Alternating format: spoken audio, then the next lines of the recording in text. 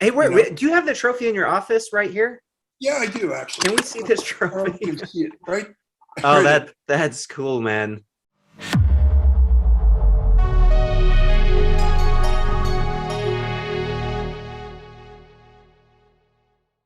Hey guys, in today's video, we're going to make sense of the Kumite trophy with Frank Dukes. Make sure to check out the previous video I did with him, by the way, making sense of the real Kumite. So, in general, the comments have been pretty positive. I'm glad you guys are keeping an open mind, letting him share his side, because with all the websites and YouTube videos out there, which lead you to believe that it's ridiculous, a lot of these stories, it's actually not that far fetched when you hear his explanation. So we're gonna make sense of the Kumite Trophy because this is something that I myself was skeptical about until he kind of explained like the origin behind it. So anyway, if you like this kind of content, please help support the channel by hitting the like button, subscribing, and sharing the video. I did want to ask you something about the trophy. So I know LA Times put that trophy, and Mm, to me, it actually does look like a fake receipt because they don't even spell your last name right, which is kind of right. weird.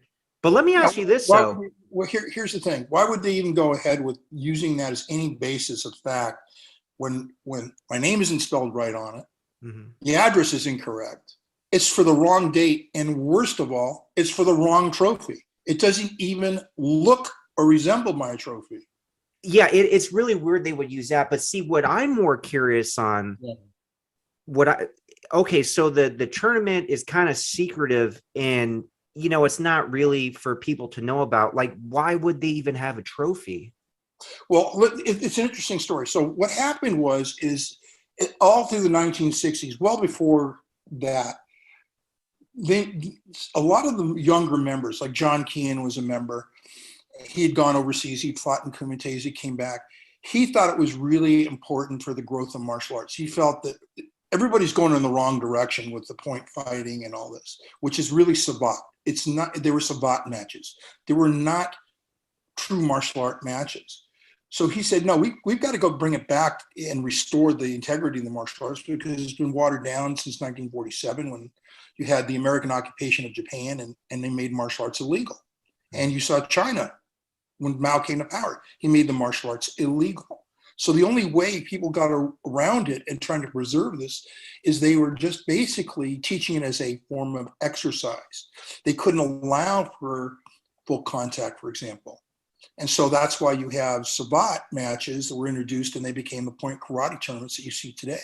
Okay. It's not traditional martial art matches by any means whatsoever. Especially when they're awarding 2 points for a kick. And in Savate, you're not even allowed to, I think, punch, but I could be wrong on that. Do not quote me on that. But my point is, uh, he did this in the 1960s. They had Kumite matches in the public eye.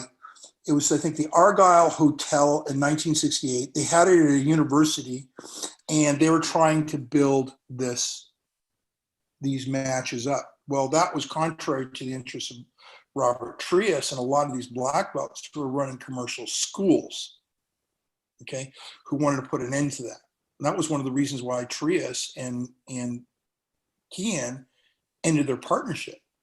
And the reason the Black Dragons got their name, Black Dragon Fighting Society in Chicago, was not only that its ties to the original Black Dragon Society that was in Chicago, exploiting the inequalities that were going on in at that time in history. They thought if they basically Japanese thought that if they could train the community to be more aggressive and feel they could defend themselves, they started martial art programs in Chicago. That's where it really started. And you had guys like John who went to, God, is it Ray Calhoun's gym? I can't remember the gym's name right now. Excuse me. But real quick though, Frank though, but how does the trophy come into play? Like, did they Oh, I'm have sorry. trophies I before? missed Like, it. why I would didn't they realize. for the So secret tournament? the whole point is, okay, the trophy came into being because traditionally when you win a Kumite match, they give you a sword, like Okay. in the movie. Yeah, sure. Okay. That's cool. Yeah. All right. Now, it's also tradition you sell the sword back, especially if it's your first win. You sell it back. You're supposed to take the funds from that sale, which is pre-arranged, by the way, and you're supposed to donate it to a charity. So you're not there fighting for money, and you're not there fighting for glory. Remember, this is a rite of passage. Yeah, sure. That's what this is. It's about real nobility when you're competing. That's what it was all about. This is for you, Shidoshi. So I happened to take my monies, and I found out about a thing in the Philippines where there was child exploitation going on. It was called Muro-ami fishing. And they would take children and they'd basically trick them into the indentured servitude. They go to families and say, hey, for, we'll pay your child, $1.50 a day if you'll fish for us. Well, in a culture where $400 a year is the average salary for a grown man, in many cases, that was very entertaining to those people. The problem is they were charging them $2 a day for lodging, for feeding them. Okay. Yeah, no, that's So crazy. they end up in debt. Okay. Now 50 cents is not a lot to us. Mm-hmm. So I took my monies and I basically gave it to this captain who admired my sword, who was there, and some of the guys, and I bought a bunch of these contracts and got these kids out of that problem. That's what I did. Okay. Now, and then the Times turns around the same way they mischaracterize that receipt. They say, oh, I rescued children from boat pirates, or pirates. No, I use the term, they're the modern day version of pirates based on what they're doing, Sure. in that they're taking people hostage this way. And that's a mischaracterization that was spun to work against me. My instructors and everybody were so taken back by what I had done and the cause that they surprised me when I came back with this trophy.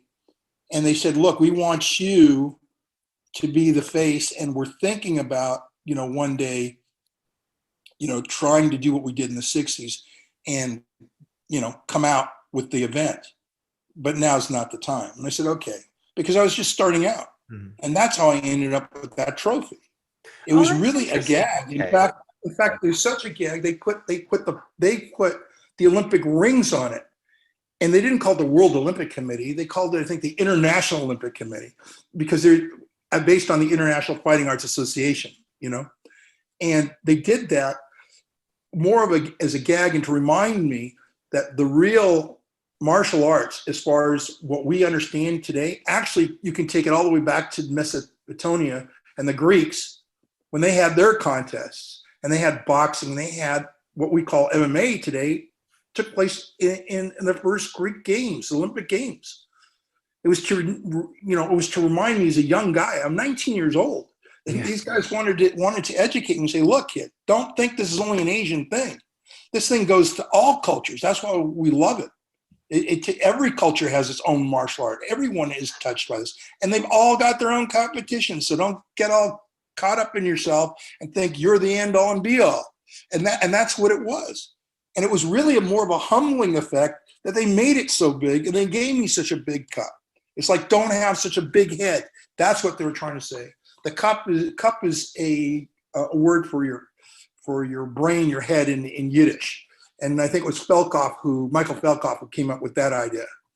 Okay, I mean that's interesting because I was just thinking, I'm like, why would they give? Like, I couldn't picture the Kumite guys making a trophy, right? But okay, so they did give you a sword, like was shown in the movie, and what they usually do, and that's how you ended up with the trophy, basically. Okay, that actually makes a lot more sense, logically. Yeah. That's why it's reflected that way. And look, you don't think Mark DeSalle and the guys were saying, hey, let's put your trophy in here, Frank, and we'll put it on screen. And I said, no, that's not what happened.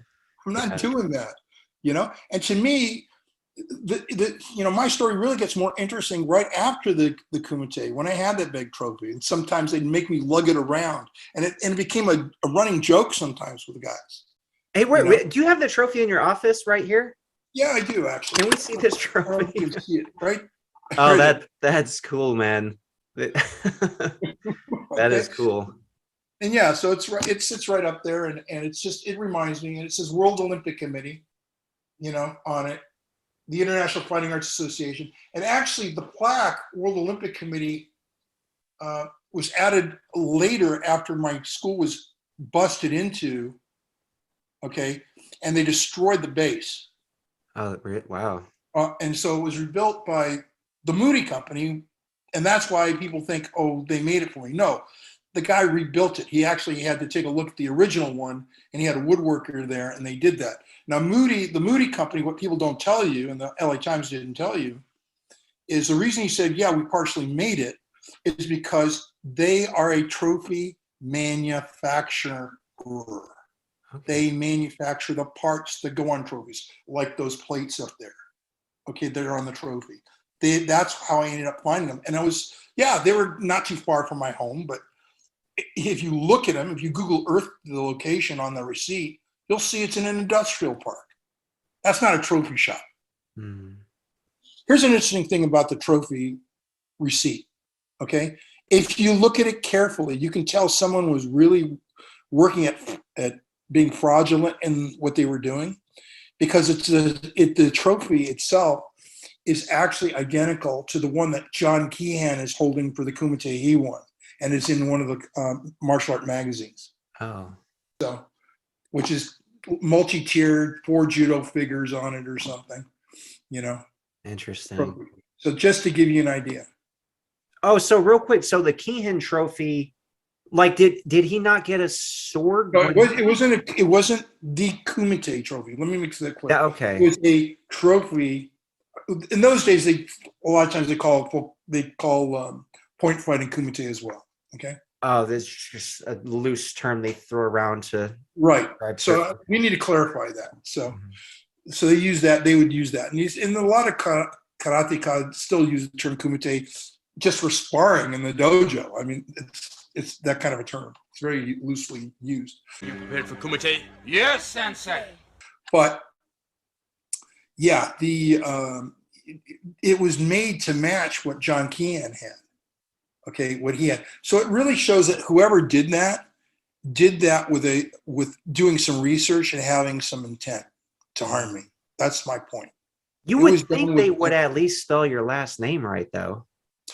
you know, that's, you think so too, but not meeting me, and remember there wasn't the internet at that time. Oh, so they just figured, like, yeah, if somebody said Duke, say, oh, Dukes. So that, yeah, you just Right. assume that's how you spell it. But it just happens that I spell it Dux, and most people pronounce that, ducks. You know what I mean? Sure, just like in the movie. That will make you Frank Dux. The significance of the trophy is, as far as Black Belt Magazine goes, was their photographer was on hand when I received it from the Black Dragons, and they had put it in their library, and it was based on that, someone coming across it, that prompted someone to look into this. But it was given to me, like I said, as more of a gag, not as the actual award, because you either got a sword or you got a golden bell. That's what they typically gave you at the event. You talked about like some of the masters you trained with and taught you. I got to bring up Senzo Tanaka. Sure.